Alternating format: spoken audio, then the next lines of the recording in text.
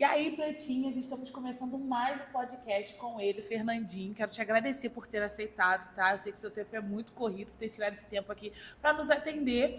E eu quero te fazer uma pergunta. Você está preparado para responder as nossas perguntas? Claro que sim. Então, bora lá. Está começando mais um podcast.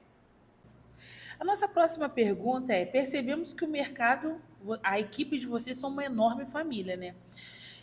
E que você preza por um bom relacionamento. O que você acha quando a grande mídia diz que a família é uma instituição falida? Que a família hoje em dia não está com aquela perspectiva de antigamente, que hoje em dia a família está falida, que a família hoje não está com a perspectiva positiva. Então, a mídia fala porque realmente hoje as pessoas, né, quando você vai casar, quando o casal vai casar, ele quer o quê? Felicidade, né? Só que ele entra, porque assim, eu acho que o namoro é um grande passo para você conhecer a pessoa. Isso aí. Eu namorei minha esposa há 14 anos para casar. Quis conhecer bastante. Por quê? Porque você tem que aceitar a diferença um do outro. Os casais hoje eles se casam e querem felicidade. Só que na hora do vamos ver, o casal, o homem às vezes tem um defeito dele, a mulher tem um defeito dela, e aí eles não se aceitam, não entendem um defeito um do outro. Então eu acho que a palavra certa é maturidade. Se você tiver maturidade, se você atingir a maturidade, aí você vai aceitar o defeito um do outro, né? E na empresa não é diferente. Nós temos que ser maduros, tem que ter maturidade, né? Para entender que um consegue fazer uma coisa, o outro não consegue, né? Um é bom em uma coisa, o outro é bom em outra coisa. Então, se você conseguir entender isso, eu acho que flui melhor o relacionamento. E eles estão ali, que nem você deu o exemplo, um é bom numa coisa, o outro não é, mas um se unir, complementa. Um acaba complementando o outro. Isso aí. Né? Os acertos de um, os acertos de outro, acabam se complementando, né? E na realidade, se você não entendeu a diferença um do outro, aí não vai fluir, não vai ter jeito. Desanda tudo. A nossa próxima pergunta, ela é o seguinte: a gente costuma dizer que amigo de verdade, amigo mesmo, é aquele que te vê despido de títulos, conta bancária, status, beleza, de alguns cargos, né? Eu queria saber, que Deus te livre e guarde, se um dia você vier a quebrar, vamos botar assim, se você conta no dedo quem que você pode contar que vai te estender a mão. Até porque você sabe quem está com você pelo que você tem e pelo que você é. Você consegue me responder essa pergunta? Então, eu assim, falo que eu tenho uma equipe muito boa, né? Deus foi muito bom comigo nesses 41 anos, botou pessoas muito boas na minha vida. Eu acho que o que eu tenho hoje, o que eu consegui, que eu conquistei até hoje, não foi devido às coisas que eu faço, e sim o que minha equipe faz. Eu tenho uma equipe sensacional. E dentro dessa equipe, eu vou falar para você que eu tenho muita gente que, se o barco afundar, eles vão me ajudar a levantar de novo. Eu tenho muita gente, não é pouca não. Eu acho que eu não consigo nem contar nos dedos hoje, mas eu tenho certeza que lá dentro eu tenho mais de 40% de pessoas que vão estar me ajudando, não só dentro da equipe, mas pessoas de fora do mercado também, por conta da credibilidade que eu conquistei nesses 41 anos. Tem uma coisa que meu pai dizia muito, Bia, e uma coisa que eu gravei muito e que levo para a vida. Meu pai sempre falava: meu filho, nunca deixe de ser honesto, porque o dia que você cair num poço, se você tiver credibilidade, muita gente vai jogar uma cordinha lá para te puxar. Se você não tiver credibilidade, eles vão jogar pá de terra em cima de você para acabar de te afundar. Meu pastor me disse uma vez, e eu guardei essa frase comigo, ele disse: com o tempo, o caráter da pessoa mostra quem ela é de verdade. Você não precisa fazer nada. Com o tempo, o caráter da pessoa vai se mostrando. E o que a gente vê na cidade são elogios, que o mercado melhorou bastante, e ainda mais com essa interação com o público. Eu acho que esse é o caminho certo para muitas conquistas para vocês aí. Eu não tenho dúvida disso, não. Depois que a gente melhorou a questão da gestão, depois que a gente veio com essa questão da humanização, eu tenho visto muita coisa boa lá acontecendo, e que coisa que eu não esperava. Vai vir coisas grandes por aí. Com certeza.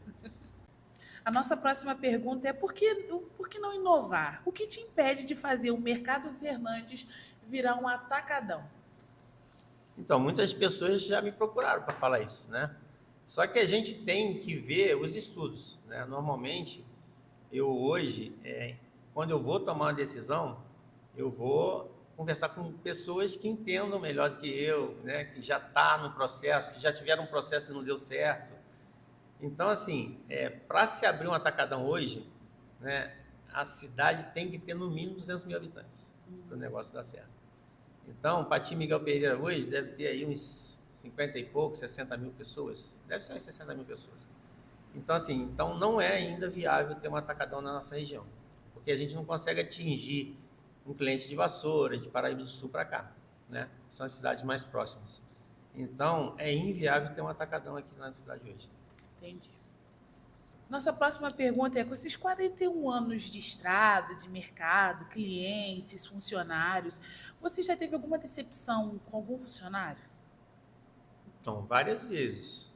Já tive muitos problemas, né? Mas, assim, tem um que eu, sinceramente, vou falar para você que eu considerava como se fosse um filho meu. E quando tive a decepção com ele, eu vou te confessar que eu fui para casa e chorei bastante. Imagina. Chorei bastante. Porque esse cara, assim, começou comigo também com os 16 anos de idade, né? Almoçava comigo na minha casa, viajava comigo para tudo quanto é lugar, e eu acreditava muito nele, confiava muito nele. E, enfim, um dia ele... Assim, todo mundo tem tropeço na vida, né? Sim. Eu também já tive meus tropeços na vida. E quando eu descobri que ele estava lesando a empresa, realmente... Foi um baque. Foi um baque violento, Bia, para mim. E é uma coisa que eu não esqueço. Hoje a gente é amigo, eu trato ele bem, não tem problema, assim, né? Fora da empresa, eu acho que, assim, eu sempre costumo separar muito minha vida profissional da minha vida pessoal, né? Então, assim, profissionalmente, hoje, não trago ele nunca mais para minha empresa, né? A confiança foi quebrada. Foi quebrada. Mas, pessoalmente, é um ser humano, por parte de Deus é meu irmão, então eu trato ele bem, dentro do possível. Ele também me trata muito bem e a gente vai tocando a vida aí. Mas muitas decepções já aconteceram.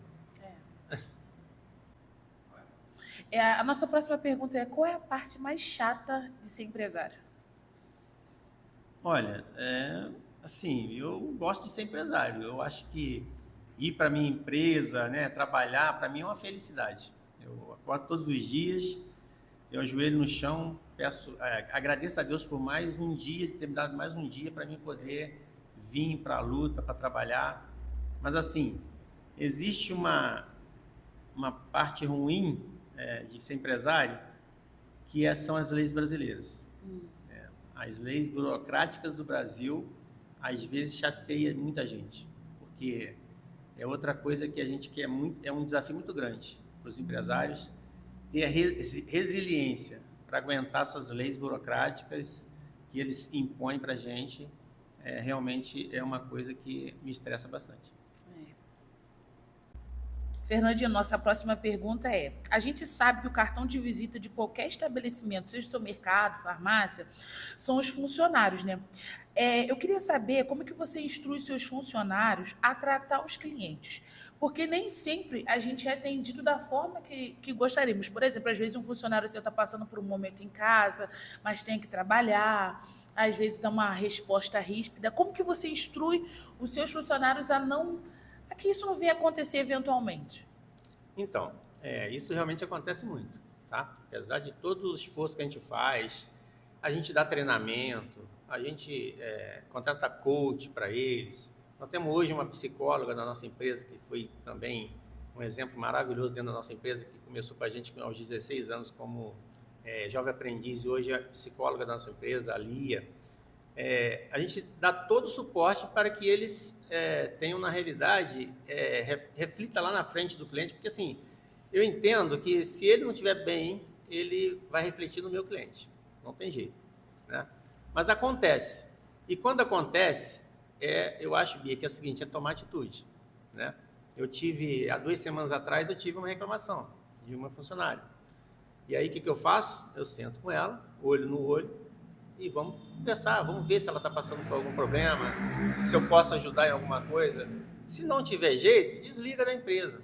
Mas eu tento conversar e ver se aquele momento dela é um momento realmente difícil que eu possa ajudar e até onde eu posso chegar. Se caso não tiver jeito, a gente desliga, mas eu faço o maior esforço possível para poder que eles tenham, assim, que eles estejam felizes dentro da empresa, porque eu tenho certeza que essa felicidade transfere lá para o nosso consumidor final. Com certeza. A nossa pergunta bônus. Todo mundo quer saber. Você já passou necessidade na vida? Não. Meu pai nunca deixou passar necessidade. Eu já tive momentos difíceis na minha vida, né? Eu tenho um exemplo claro, né, também, que me veio no momento aqui em mente. Assim, nós já tivemos momentos difíceis na empresa, momentos que a gente ficou devendo, teve agiota, né? A gente teve um concorrente que veio para Pati há uns anos atrás, e o cara, esse concorrente, ele dizia que vender arroz, feijão e açúcar não podia ter lucro, tinha que ser o preço de custo, era só para chamar cliente para dentro da loja. Enfim, isso foi atrapalhando a gente na nossa caminhada, né? E chegou um momento na minha vida que um dia, eu lembro até de um dia que eu estava almoçando com meu pai, eu procurava almoçar todo dia com meu pai. E eu sentei na mesa para almoçar com meu pai e a comida não descia. A comida não passava na minha garganta, de tanto estresse que eu estava. E aí meu pai perguntou o que estava acontecendo. E eu falei, pai, nós vamos quebrar. Por que, filho, que você acha que nós vamos quebrar? Nós estamos devendo muita agiota. O nosso concorrente, já conversei com ele, ele não acha que arroz, feijão e açúcar tem que ser trocado dinheiro, não pode ganhar dinheiro, e a gente está perdendo muito cliente, nós vamos quebrar. Aí ele virou para mim e falou assim, filho, vamos aguentar um pouquinho, porque ele vai quebrar primeiro que a gente. Sabedoria, né? Olha, aquilo me marcou. Hoje, todas as vezes que eu tenho alguma dificuldade, eu penso nessa visão do meu pai. Assim, demorou 4 anos, Bia, mas realmente eles saíram do mercado e a gente continuou, né? Passamos por momentos difíceis, desafiadores, né? Eu achei que realmente a gente ia quebrar, que a gente ia ter que mudar de ramo, mas enfim, com a sabedoria do meu pai, eu aguentei, firmei o pé e deu certo. Então, assim, mas necessidade mesmo na vida eu nunca passei, não. Meu pai nunca deixou a gente passar. Passamos dificuldade, mas necessidade ele nunca deixou a gente passar. Isso aí. Essa pergunta aqui, ela é muito especial.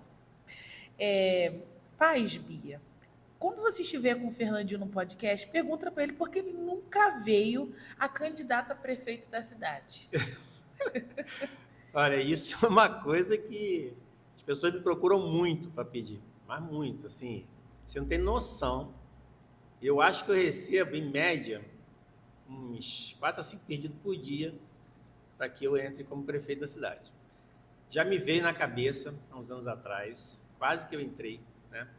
Mas, assim, a minha esposa é contra, ela não gosta de política, ela sempre foi contra. Isso é uma coisa que me puxou um pouquinho para trás, porque eu gosto muito da minha família, eu quero viver bem com a minha família, né?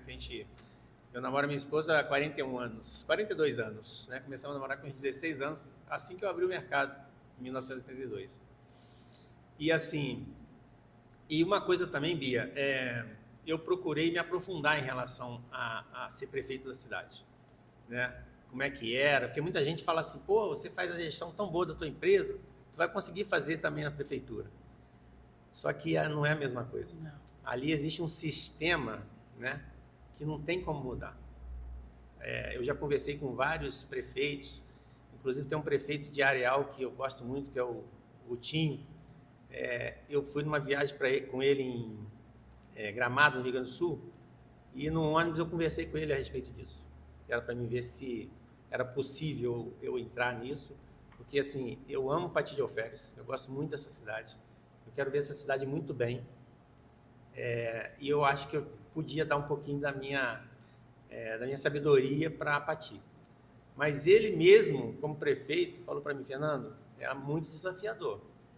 Eu vou falar para você que tem coisas lá dentro que a gente tem que fazer que, infelizmente, eu acho que você não vai conseguir fazer, não. Então, o sistema está todo errado. A verdade é essa. Então, na minha empresa, por exemplo, eu tenho pessoas, eu tenho conselheiros dentro da minha empresa. Eu escuto eles, né? Mas a decisão final é minha. Na prefeitura você não vai conseguir fazer isso, entendeu? Então, acho que fazer uma gestão na cidade é completamente diferente de fazer uma gestão de uma empresa. E aí eu abandonei a ideia. Gente. Fernandinho, nossa próxima pergunta é, na sua opinião, o cliente, ele sempre tem razão? Então, 99% das vezes tem razão, tá? Mas tem aquele 1%, né? Eu vou até citar um exemplo aqui que eu lembrei que aconteceu um tempo atrás.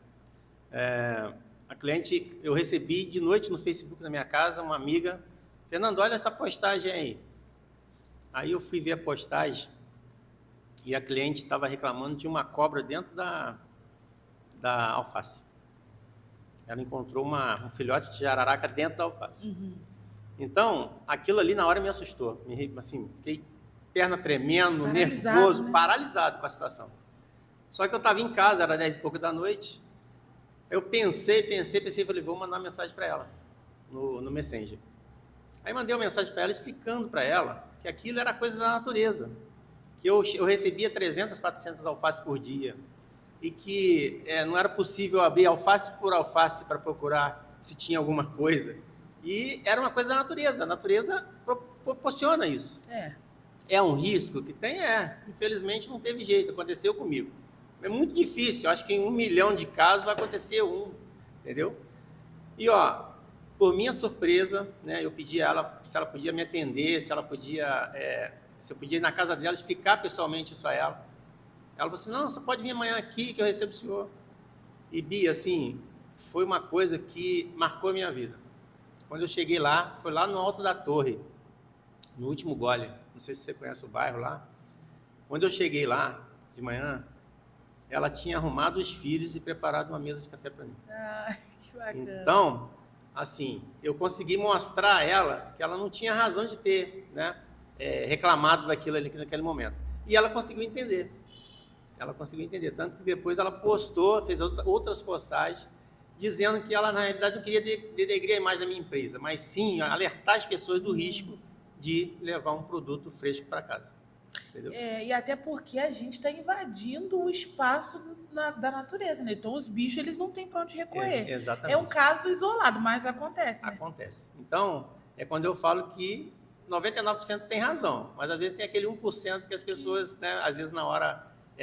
no calor do momento. No calor do momento, exatamente. No nervosismo, né?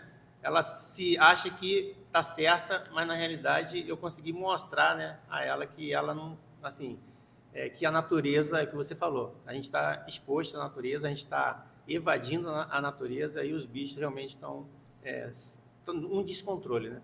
Verdade. Fernandinho, nossa próxima pergunta é, o senhor se considera um bom patrão? Então, no passado, lá no começo das empresas, lá em 1982, né, eu não me considerava um bom patrão, não. Eu, na realidade... Eu vim melhorando ao longo dos anos, né? E eu conto a história que é o seguinte, lá foi o que eu aprendi no passado, né? Porque eu tive pouco estudo e tal, e eu fui aprendendo com meu pai. Meu pai também, né, nesse período ele veio aprendendo também com umas coisas, né? Que a evolução do mundo, essa questão de humanização. Então, assim, eu hoje me considero um bom patrão, mas eu já fui um mau patrão. A nossa próxima pergunta é como que o senhor pretende honrar o legado do seu pai? Sabemos que ser empresário hoje no Brasil é desafiador. E quais são as armas que o senhor vai usar para continuar nesse ramo? Então, o legado do meu pai tinha muitos valores, né? Mas os 2 pilares dos valores do meu pai eram honestidade e generosidade. Meu pai era muito honesto e muito generoso. Muito. Então... esses 2 pilares eu não quero, eu quero manter eles firmes no lugar E assim, em relação ao desafio, né, de ser comerciante, de estar no ramo, é grande também, né? A gente vê hoje, eu acho que o maior desafio hoje dos empresários vai ser lidar com pessoas, porque não está fácil. Essa nova geração está complicada, a gente tem sentido bastante, né?